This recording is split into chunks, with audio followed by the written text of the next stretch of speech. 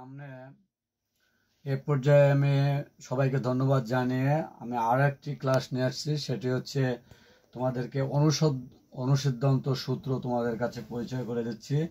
এটিও আমি সিঙ্গেল হিসেবে নিয়ে আসছি। দেখো, অনুসিদ্ধান্ত সূত্র 1, square plus B square equal to A plus B whole square minus 2ab একটি। এরপর আরেকটি সূত্র চলে আসলো, এই square plus B square equal to A minus B whole square plus 2ab।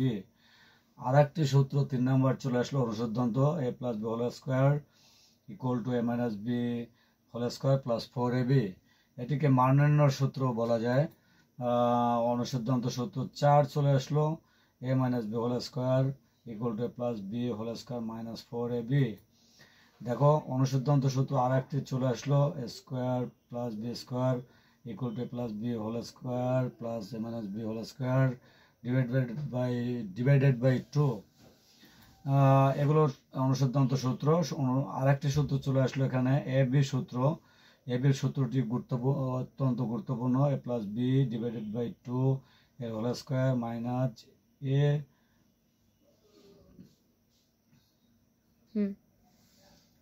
এখানে অনুসিদ্ধান্ত সূত্রগুলো দেখতে পাচ্ছ।